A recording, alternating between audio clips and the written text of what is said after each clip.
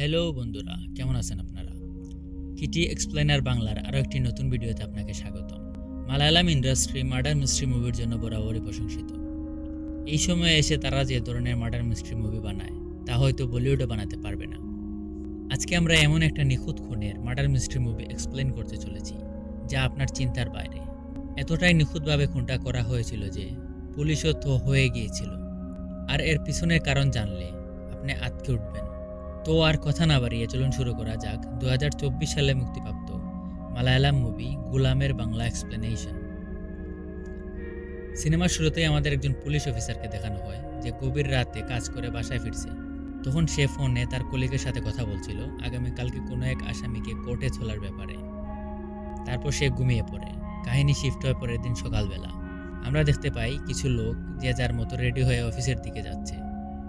তারা সবাই বিটেক নামক একটি আইটি অফিসে কাজ করে এবং এই অফিসে অলমোস্ট 14-15 জন লোক কাজ করে। তাদের বসের নাম জন, যার এই আইটি ফার্মের পাশাপাশি আরও বিজনেস রয়েছে, যে এখনো অফিসে আসেনি, যার কারণে অফিসের সবাই একটু চিল মোডে ছিল সকাল সকাল। তখন রিসেপশনিস্ট মীরার কাছে গার্ড এসে বাইরের দুটো বাল্ব ও হুইস পাইপ চেঞ্জ করার রসিদ দিয়ে যায়, যেটা নষ্ট হয়ে গিয়েছিল গতকালকে সারানো হয়েছে। আমরা দেখতে পাই অরবিন্দ নামের একজন ফ্রিল্যান্সার অফিসে আসে এবং সে এই কোম্পানির বস জনের সাথে দেখা করার জন্য অপেক্ষা করছিল। তখন ডুনা নামের অফিসের এক কর্মী অবিরত স্ন্যাক্স খাচ্ছিল। বোঝা যাচ্ছিল সে হয়তো সকালে নাস্তা করে আসেনি। সে একাই ডাস্টবিন ফুল করে ফেলে। প্রত্যেকটা ঘটনা মন দিয়ে খেয়াল করবে, কারণ এই সব ঘটনাগুলো একটা মাস্টার প্ল্যানের সাথে জড়িত। কিছুক্ষণ পর তাদের বস জন অফিসে আসে। জন আসার আগেই সবাই কাজে মনোযোগী হয়ে যায় এবং ঠিকঠাকভাবে কাজ করতে শুরু করে দেয়। জন অফিসে ঢোকার সময় খেয়াল করে একজন কর্মী এখনো আসেনি।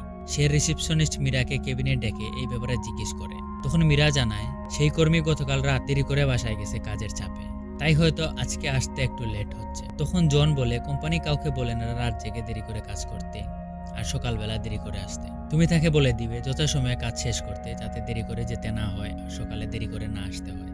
আমি বললে সে হয়তো রেগে যেতে পারে। তখন জন বাইরে কে অপেক্ষা করছে সেটা মীরাকে জিজ্ঞেস করে। মীরা জানায় সে একজন ফ্রিল্যান্সার, তারা তাকে একটা প্রজেক্টের জন্য হায়ার করেছে। জন মীরার শারীরিক অবস্থার কথাও জিজ্ঞেস করে। মীরা জানায় সে আগের থেকে এখন সুস্থ আছে। একটু পর বিপিন, যে কিনা দেরি করে অফিসে আসছিল, সে সাইকেলে এসে অফিসে পৌঁছায়। তার একটু পর মীরা অরবিন্দকে নিয়ে রাজীবের কাছে এসে দেখিয়ে বলে, জন স্যার বলেছে আপনি অরবিন্দের সাথে প্রজেক্ট নিয়ে আলোচনা করতে। একটু পর স্যার সবার সাথে কনফারেন্সে বসবেন। এখানে বলে রাখা ভালো, রাজীব হচ্ছে অফিসের সিনিয়র কর্মী এবং জনের খুব কাছের লোক। তারপর সকালের চায়ের টাইম হওয়াতে সিন্ধু নামের তাদের অফিসের কাজের মহিলা সবাইকে চা বিস্কুট দেয় এবং সে ভ্যাকুয়াম ক্লিনার দিয়ে অফিস পরিষ্কার করতে লেগে যায়। দেখা যায় অফিসের 3 কর্মচারী অফিসে চা না খেয়ে বাইরে যায় চা সিগারেট খেতে এবং দেখা যায় তাদের বস জনকে বাথরুমের দিকে যাচ্ছে নিজের গায়ে লেগে যাওয়া কফি পরিষ্কার। তখন অফিসের বাকি কর্মীরা কে কে করছিল তা দেখাচ্ছিল। দুজন মেয়ে তখন বাথরুমের পাশে রাখা ফিল্টার থেকে পানি আনতে যায়। অরবিন্দ, রাজীব ও আরেকজন কনফারেন্স রুমে বসে প্রজেক্ট নিয়ে ডিসকাস করছিল।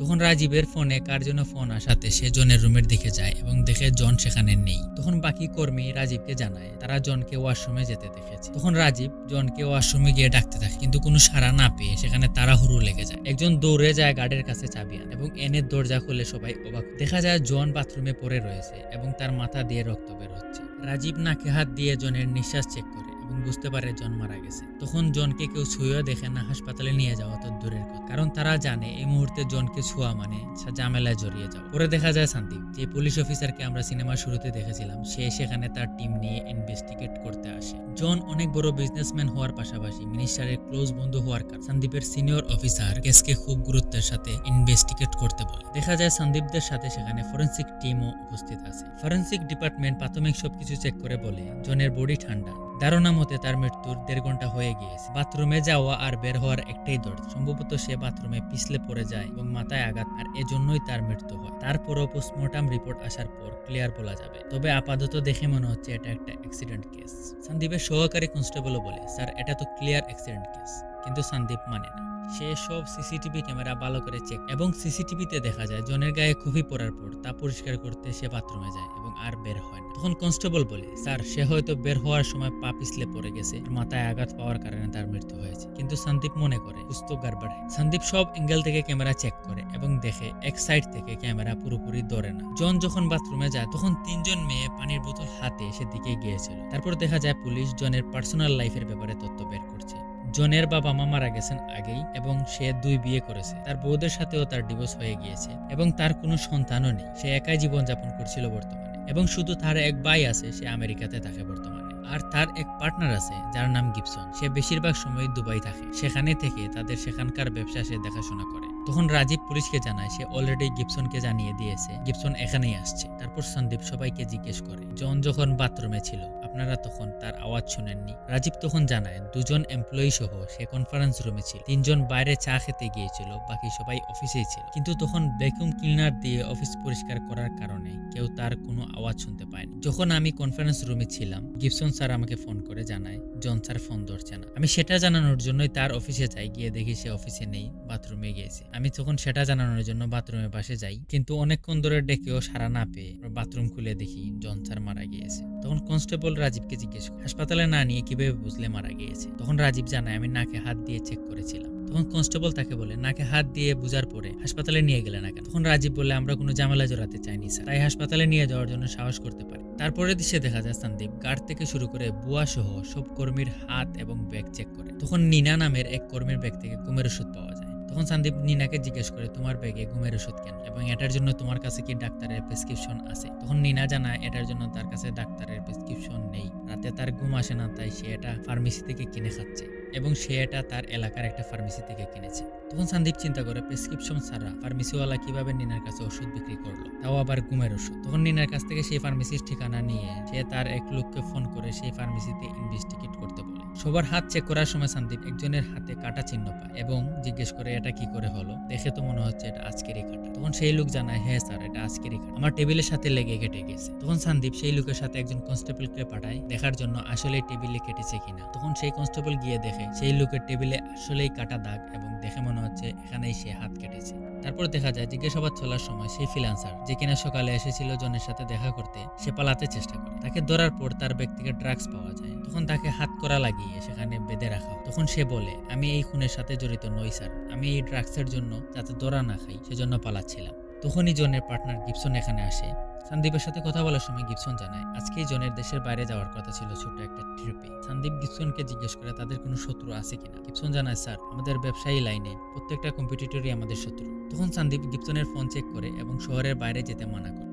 তারপর দেখা যায় সন্দীপ কিছুক্ষণ পর সিগারেট খাওয়ার জন্য একটু বাইরে গেলে সেখানে পার্কিং এ পার্ক করা একটি গাড়িতে ললিপপের স্কেচ দেখতে পায়। কেউ একজন এই গাড়িতে ললিপপের স্কেচ এঁকেছে। তখন সন্দীপের কিছু একটা মনে পড়ে যায়। দেখা যায় কিছুদিন আগে সন্দীপ কোনো একটা কেসের কাজে ডাক্তার কুরিয়াকোচের বাসায় গিয়েছিল। তখন সেই বাসার কাজের মহিলার ছোট্ট মেয়ে সন্দীপের গাড়িতে সেম স্কেচ এঁকে দিয়েছিল। তখনই সন্দীপের ফোনে ফোন আসে এবং সেই লোক যাকে ঘুমের ওষুধের ইনকোয়ারি করতে দিয়েছিল সে জানায় সে ফার্মেসি ডাক্তারের প্রেসক্রিপশনে ওষুধ বিক্রি করেছে এবং সে ডাক্তার হচ্ছে ডাক্তার কুরিয়াকোচ। তখন সন্দীপ চিন্তায় পড়ে যায় এবং ভাবতে থাকে ডাক্তারই যদি প্রেসক্রিপশন দিয়ে থাকে তাহলে নিনা কেন মিথ্যা কথা বলল। তারপর সন্দীপ ভিতরে এসে সেই গাড়ির মালিককে জিজ্ঞেস করে তোমার গাড়িতে ললিপপের স্কেচ কে এঁকেছে? তখন ওই ব্যক্তি জানায় সেটা তার ছেলে করেছে। কিন্তু সন্দীপের সন্দেহ হয় নিনা এবং সেই লোক যার নাম অরুণ তার সাথে মিথ্যে কথা বলছে। সন্দীপ তখন সবার ফোন চেক করার জন্য নিয়ে নেয়। সবার ফোন চেক করে সন্দীপ অবাক হয়ে যায়। সবার ফোনে ডাক্তার কুরিয়াকোচের নাম্বার এবং বাসায় যাতায়াতের লোকেশন হিস্ট্রি পায়। আর একটু দেরি না করে সন্দীপ সাথে সাথে ডাক্তারের বাসায় চলে যায়। সন্দীপকে হঠাৎ দেখে ডাক্তার একটু অবাক হয় এবং জিজ্ঞেস করে হঠাৎ না বলে আসলে যে? সন্দীপ বলে একটা জরুরি কেসের কাজে এসেছি, আপনি কি বিটেক কোম্পানির ব্যাপারে কোনো কিছু জানেন? ডাক্তার তখন ঘাবড়ে যায়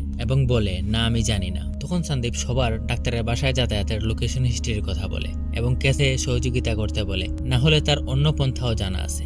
ডাক্তার তখন সন্দীপকে সব খুলে বলতে শুরু করে। কিছু মাস আগে মীরা নামের একজন আমার ওয়াইফের কাছে চিকিৎসা নিচ্ছিল। তার সব কন্ডিশন ভালো থাকার পরও গর্ভে তার বেবি মারা যায়। এটা নিয়ে সে ডিপ্রেশনে চলে যেতে থাকে। সেই মীরা কাজ করতো বিটেক কোম্পানিতে।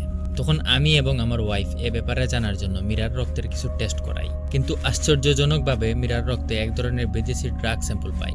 কিছুদিন পর আমার কাছে আরো দুজন লোক আসে মাথা ব্যথা, ঘুম ঠিক মতো না হওয়া এরকম ইস্যু নিয়ে। আমি তাদের রক্তের টেস্ট করাই। আশ্চর্যজনকভাবে তাদের রক্তেও ওই বিদেশি ড্রাগসের স্যাম্পল পাওয়া যায়। পরে আমি জানতে পারি এরাও ওই বিটেক কোম্পানিতে চাকরি করে। তখন আমার ওই কোম্পানির উপর সন্দেহ হয়। তখন আমি ওই কোম্পানির সব স্টাফকে ডেকে তাদের কোনো হেলথ ইস্যু আছে কিনা জানতে চাই। দেখা যায় তাদের মধ্যে প্রত্যেকেরই কোনো না কোনো সমস্যা আছেই। কারো ঘুম না আসা, কারো চুল পড়ে যাওয়া, কারো দৃষ্টি সমস্যা, কারো কানের সমস্যা, কারো স্মৃতিশক্তি দুর্বল। তারপর আমি তাদের মাধ্যমে অফিসের কিছু খাবার জিনিসপত্র আনাই এবং আমার ল্যাবে টেস্ট করি, যেমন কফি, পানি, বিস্কুট এগুলো। এগুলোকে আমার ল্যাবে টেস্ট করার পর এগুলোর মধ্যে আমি ওই ভাইরাসের স্যাম্পল পাই। তখন আমি আরও একটি বিষয় জানতে পারি, তা হলো জনের একটি ওষুধ কোম্পানিও আছে, সেখানে তারা বিভিন্ন রোগের ওষুধ বানায়, যেখানে তারা একটি অ্যান্টিবায়োটিক বানিয়েছে যেটা তারা তার অফিসের কর্মীদের শরীরে টেস্ট করছিল। আর এটা আমি জানতে পারি তার অফিসের একটি পেন ড্রাইভের মাধ্যমে, যেটা ওই অফিসের এক কর্মী আমার কাছে এনে দিয়েছিল।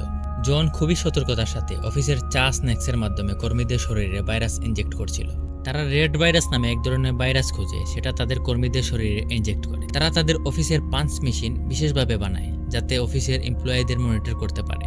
রেড ভাইরাস এখনো পৃথিবীতে ছড়ায়নি, এর আগেই জনের কোম্পানি এই ভাইরাসের ভ্যাকসিন বানিয়ে ফেলেছে। পরে হয়তো এই ভাইরাসকে পৃথিবীতে ছড়িয়ে সেই ভ্যাকসিন মোটা টাকায় বিক্রি করবে এবং লাভবান হবে। এজন্য জন নিজের অফিসের কর্মীদেরই ল্যাব রেট বানিয়ে তাদের জীবনের সাথে খেলেছে। ডাক্তার আরও বলে, আমি ভেবেছিলাম ওই কোম্পানির বিরুদ্ধে সব তথ্য জোগাড় করে তাদের মুখোশ উন্মোচন করব, কিন্তু এর আগেই তারা অফিসের সব কিছু চেঞ্জ করে ফেলে। হয়তো তাদের টেস্ট সাকসেস হয়েছে। আমি ওইসব লোকদের চিকিৎসা করছিলাম, তাদের ধীরে ধীরে উন্নতিও হচ্ছিল, কিন্তু তারা সিদ্ধান্ত নেয় তাদের বসের উপর বদলা নেবে। তখন সন্দীপ ডাক্তারকে বলে জন আজকে তার অফিসের বাথরুমে পড়ে মারা গেছে। পরের দৃশ্যে দেখা যায় সন্দীপ অফিসে ফিরে সবাইকে বাসায় যাওয়ার অনুমতি দেয়। পরে রাতে ফরেন্সিক ডাক্তার সন্দীপকে ফোন করে জানায় যে বাথরুমে জন ছাড়া কারো হাতের ফিঙ্গারপ্রিন্ট পাওয়া যায়নি। আর জন নিচে পড়ে যাওয়ার ফলে তার মাথায় যে আঘাত পায় সে কারণে তার মৃত্যু হয়নি। জনের আগে থেকে এস্তমা অ্যাটাক ছিল, তার মৃত্যু সে কারণেই হয়েছে। ডাক্তার এই বলে ফোন কেটে দেয় এবং জানায় ফাইনাল অফিসিয়াল রিপোর্ট আসতে আরো 7 দিনের মতো সময় লাগবে। ফোন রেখে সন্দীপ ফ্লোরের দিকে তাকায় এবং দেখে একটি তেলাপোকা মরে আছে এবং সেটাকে টেনে নিয়ে যাচ্ছে একটি পিঁপড়ার দল।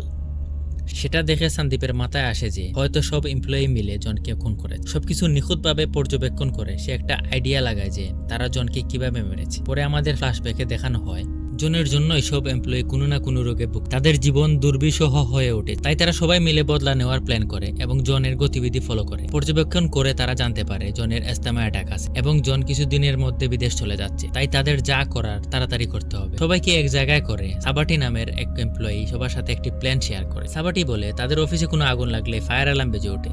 ফায়ার অ্যালার্ম থেকে কার্বন ডাই অক্সাইড বের হয়ে সাথে সাথে আগুন নিভে যায়। কার্বন ডাই অক্সাইডের সিলিন্ডার তাদের পার্কিং এর পাশেই। কোনো ব্যক্তি যদি কার্বন ডাই অক্সাইড নিঃশ্বাসের মাধ্যমে নেয় তাহলে তার মৃত্যু হতে পারে এবং সেটা পোস্টমর্টমেও জানা যাবে না। সাবাটি আরো বলে আমাদের বস জনের এস্তেমা আছে, সে যদি কার্বন ডাই অক্সাইড নিঃশ্বাসের মাধ্যমে নেয় তাহলে কিছুক্ষণের মধ্যে তার মৃত্যু হয়ে যাবে। আমরা যে যার কাজ ঠিক মতো করতে পারলে প্ল্যান সাকসেস হবে। কেউ একজন ভুল করলেই সবাই ধরা খাবো, সো সাবধান। তারপর দেখানো হয় তারা কিভাবে প্ল্যান এক্সিকিউট করে। প্ল্যান অনুযায়ী পুরাতন হুইস পাইপ চেঞ্জ করে গার্ড সেটা সিলিন্ডার বক্সের উপর রেখে দেয়। সকালবেলা সাবাটি তার কার ঠিক সিলিন্ডার বক্সের পাশে পার্ক করে। এখানে একটা সিসিটিভি ক্যামেরা ছিল, সেটা কভার করে ফেলে। বিবিন সাইকেলে লেট করে এসে ফোন কলে কথা বলার নাটক করে সে পুরাতন পাইপকে ওয়াশরুমের ভেন্টিলেটরের সাথে কানেক্ট করে দেয়। তারা সবাই সিনিয়র এমপ্লয়ি রাজীবকে এই প্ল্যানে না নেওয়ার কারণে তাকে মিটিং এ বিজি রাখা হয়, কারণ সে ছিল জনের খাস লোক। পরে দেখা যায় কাজের মহিলা কফি রিফিল করার নামে কফির মেশিনের ভিতরে পেপারের টুকরা ঢুকিয়ে জ্যাম করে দেয়, যাতে জন কফি নিতে গেলেই তার গায়ে লেগে যায় এবং সে পরিষ্কার করতে ওয়াশরুমে যায়। তারপর নিনা পানি ভরার বাহানায় বাথরুমের দরজার দিকে গিয়ে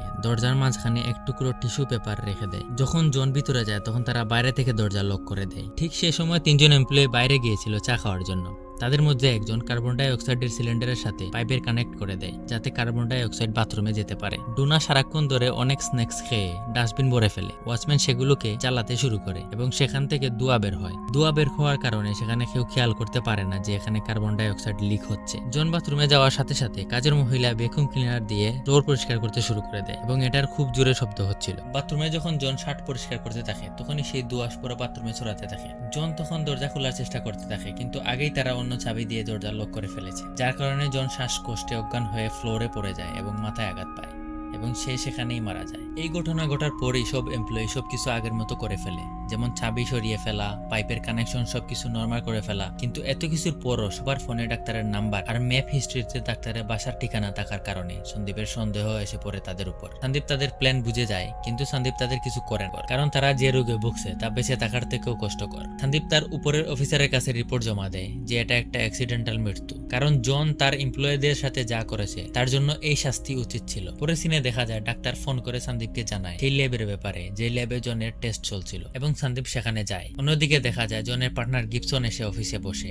এই অফিসকে সে এখন থেকে সামলাবে। এখন সন্দীপ ওই ল্যাবে যাওয়ার পর কি হলো, এর পিছে কে কে আছে, এক বিরাট রহস্য, এবং সেই রহস্য রিভিল হবে দ্বিতীয় পার্টে। মেকার্সরা অলরেডি অ্যানাউন্স করে দিয়েছে দ্বিতীয় পার্ট আসবে। আর এখানেই শেষ হয়ে যায় সিনেমাটি। ধন্যবাদ সবাইকে। ভিডিওটি ভালো লাগলে চ্যানেলটি সাবস্ক্রাইব